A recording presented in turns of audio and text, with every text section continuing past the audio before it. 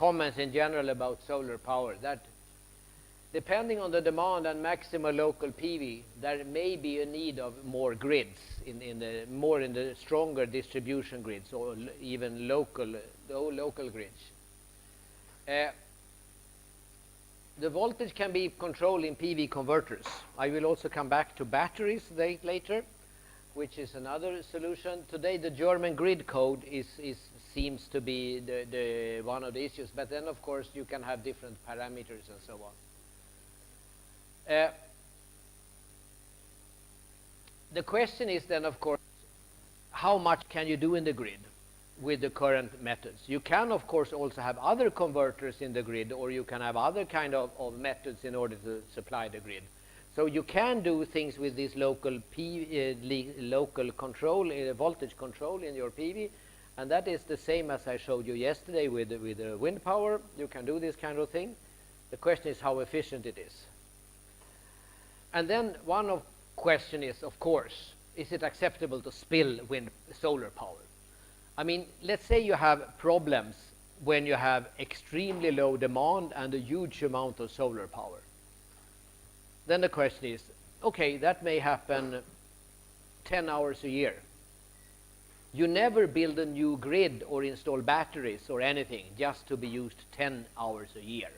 So I think that this with dimensioning is very important, because it's so often that people say that, okay, we look on the extreme case, and then we dimension for the extreme case.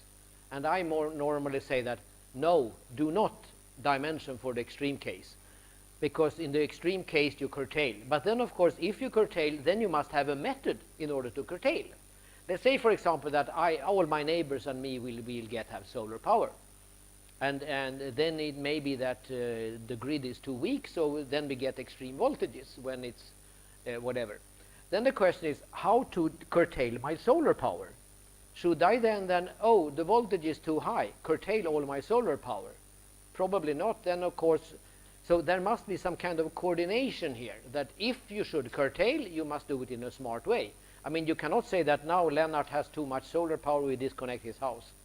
I mean, that is not a smart way of doing it. You must in some way, even if there's a huge amount of solar power, and in some situations you cannot handle it, then of course you must have a smart way. Should you look on the local voltage, is that okay? Or should you have an ICT system, a smart grid or something that is sending out signals? No, sorry, it's too much now, can you please curtail?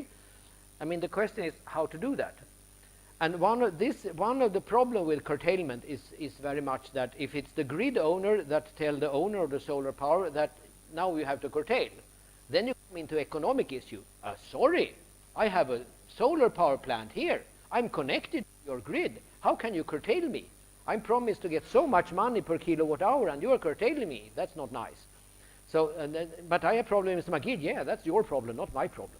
So the question is how to handle this in an economic way. And if I think curtailment is a good way. You should curtail, because I think it's stupid just to use a huge amount of money to put in grids. Put the money in solar power instead of putting it into grids. I mean, you should not have, but on the other, so it's smart to curtail from the economic point of view. Let's say some hours per year, I'm sure about that.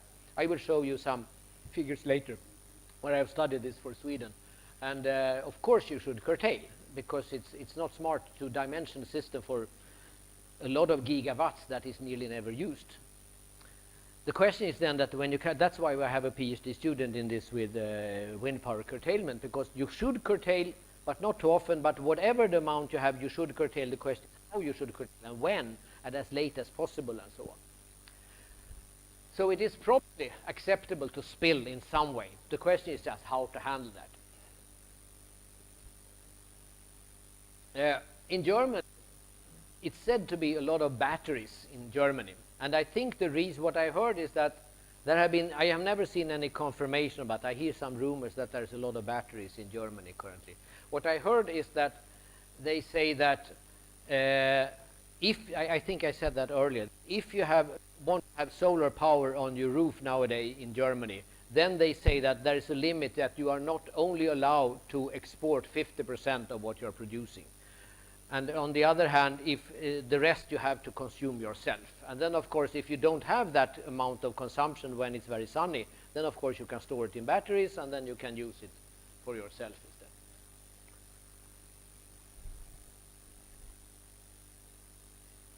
So now this is from my postdoc, Puria Hasanpur. He's from Iran, but then he made a postdoc first in South Korea, where he studied smart grids, and then he came to KTH, and now he has been here. So we have a project, and the project is rooftop PV, and it's cooperation with a German company, which EVR Nets, which is south of Frankfurt, and that is an area with very much solar power. So the question is, if you see, this is from the grid owner's point of view. Here you have solar power, and this is in the night, you have consumption, and then suddenly, middle of the day, you get, this is consumption, and then you get a consumption which is negative and 7 times larger. This is a true figure, and this is how it can look in their grid. So the consumption is on one level, but then when you have an extremely high solar power production, the feed in the other direction can be 7 times higher than the consumption level. So it can be, so, and then of course they have to dimension the grid for that. How do you do with what is happening in the grid? What are the voltages up here? So this is the fundamental challenge. So the question is how much so-called hosting capacity is that, how much solar power can you have in a certain situation? I think I see you take photos. Just everything here is totally available. I mean, all the slides will be available, so you can get copies of them. At least I have told the organizers of that. But otherwise, if you have problems, just send an email to me, then I can send them to you. These are, that's why I had this 10%. The mean voltage, these are the, I think, I don't know if you have exactly the same standard in India, but on the other hand, on the other hand, the standard is one thing, the reality is another thing. But this is the mean 10-minute voltage should be within this plus minus 10% nominal voltage. That's why I have this plus minus 10%. What is interesting, on the other hand, is to remember that you have something here for 95% of the week. This is added because of the grid owners. Because if you only have this, then you can sue the grid owners if they are, if you have plus minus 11. But on the other hand, they say it's for 95% of a week. And then you have to show, you have to measure for a whole week, and then it's to be complicated. So then I never heard that anyone grid owner is sued because of this. But of course, this means that they are normally planning to get something like this. And the grid owner is always a monopoly. So whatever they do, they can just say that, no, for the standard, we want to buy an extra transformer. And then, of course, they buy an extra transformer, and then they can earn even more money because they have more assets. So there's a challenge in this kind of grid regulation, which is an area in itself also. It's very nice for grid owners to own a lot of assets, but then someone has to pay for them, of course.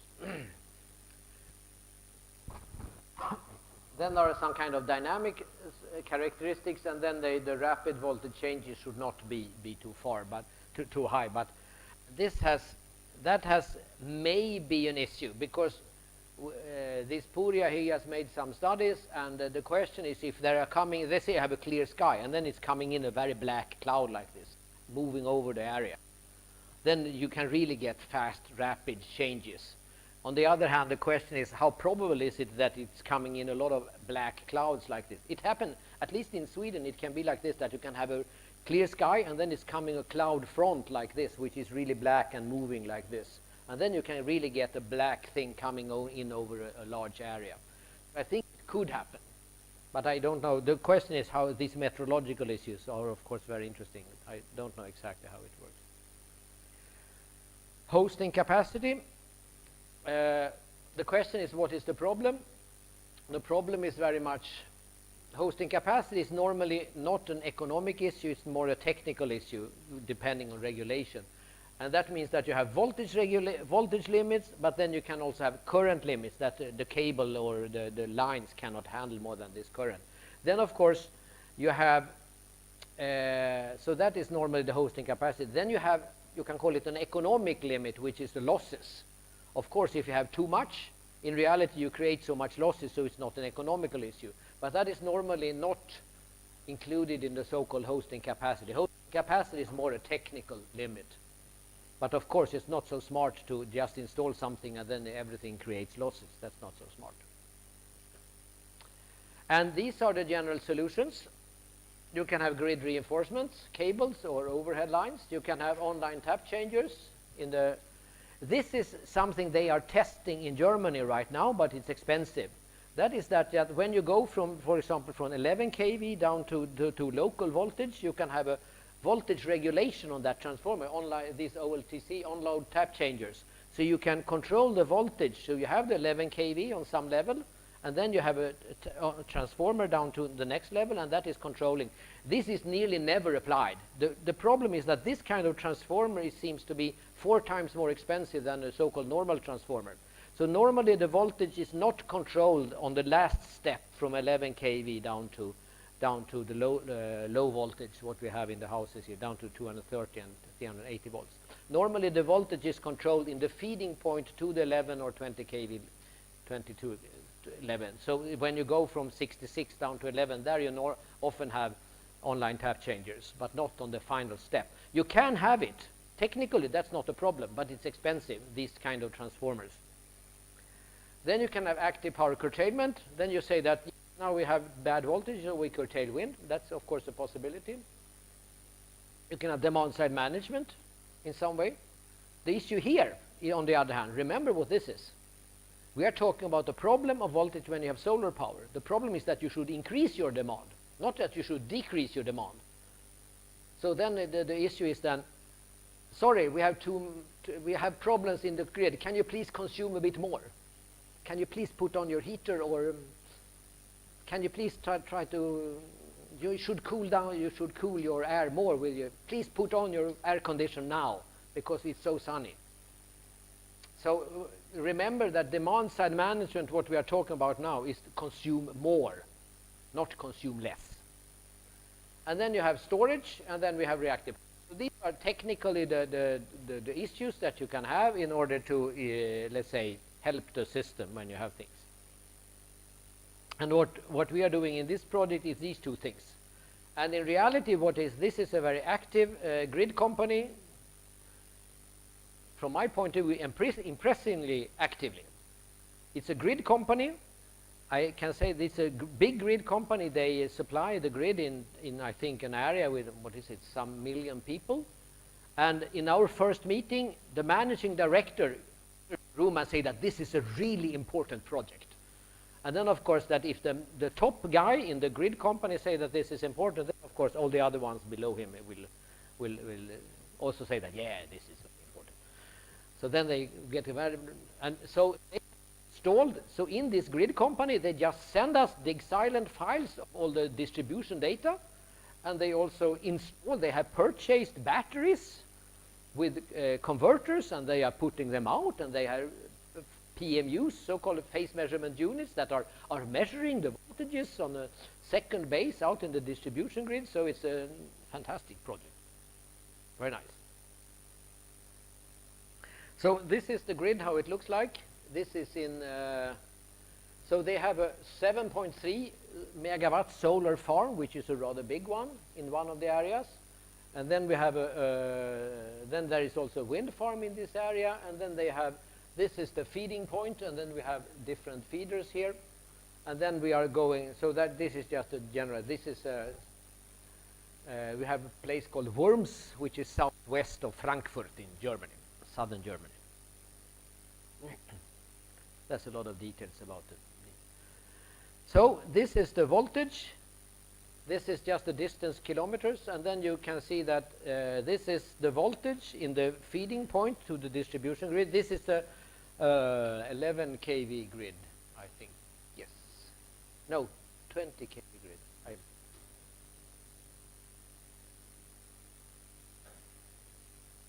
Yes, I think it was a.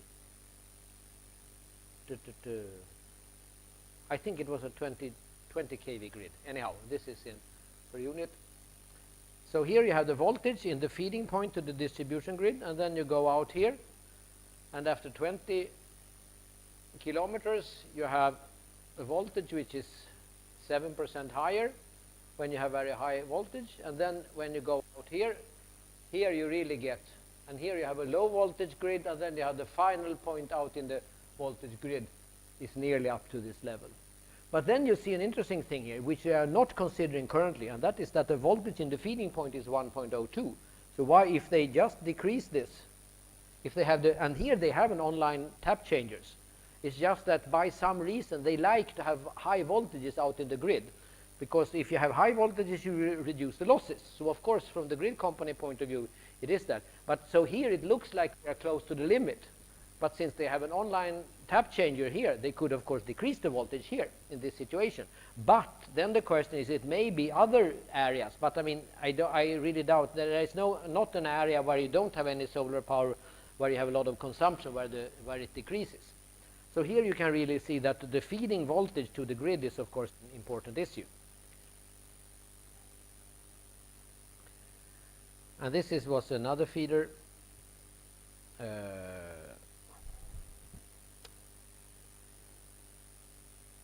So the question was here to try to identify.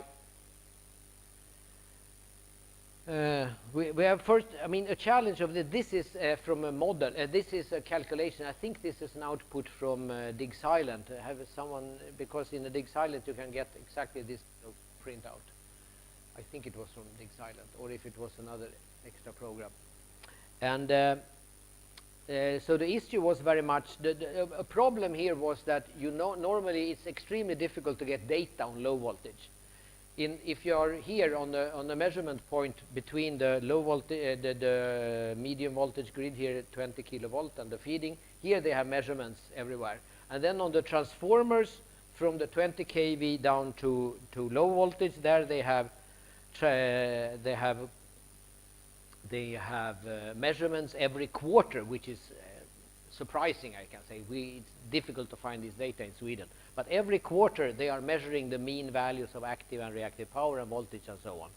So we have a very good model for that. But then if you come down to the low voltage, I mean, of course, no one out in the low voltage grid have a huge amount of measurements that you can check exactly how they are consuming. So the challenge is very much that when you want to do this, how do you really model the grid where you nearly don't have any data? You may have yearly data, you can make estimations, because you have this whole low voltage grid here. You have the low voltage grid, but of course you don't, here you may have measurements, but out here you may, of course you have energy measurements, yearly measurements. Then you can have, maybe if you have more than meters, you can have perhaps exact meters everywhere. But just one thing, this is never available for anyone. Because, for example, I have, in my house, as I have showed you, I also showed you some graphs, I have measurements of what I'm consuming and producing. I can say that this is a privacy issue. Of course, this is not available for anyone else. But of course, I can go in on my web now, I can go in and check if my wife was very active between 2 and 3 o'clock in the night at home right now. I can say, so that this with privacy and measurements is of course very interesting to see. But then she can say that, of course, no, I didn't have a party. It was we have a problem in the heat system. Of course, she said.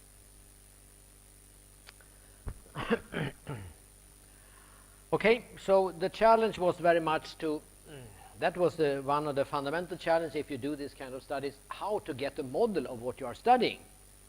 Because it's what I think is interesting, the difference between universities and reality, is that in universities, we learn a lot of things that we get the data, and then we sit with our methods and do things. Okay? Simulations and so on. And then you come out, and then you have your tool, and then you say that, okay, where's the data? Which data? We don't have any data. So that is the reality. That you come out there and then you have to identify, but I have fantastic model, but I don't have the data to supply my model with. So then, of course, you have to have methods in order to identify how to get the data, which, of course, is very interesting here. And then the question is, of course, I can guess a lot of things about how the consumption is here how the production is there, how the production is in the solar power and so on. But then the question is how, then I should verify that, yes, this looks realistic. And that was a rather large area here. So reality is very good, but it's very, and universities' grids are better because there you have all the data. Here I don't have the data. But then, of course, if you come from university, you can see that, that's very boring. Anyhow, so we have first, in order to draw conclusion, how much solar power can we have here, we first have to have a model of the grid, which was a challenge. And then we verify the data, and that is what we got here. So it's pretty good, I think. We tried to find that. And then we identified the battery, but now it's 11 o'clock, so that we take in the next session. Okay, I think we should stop at 11. That's what they told me. So now it's a break. A real break, not only a 5-minute break. Okay, thank you.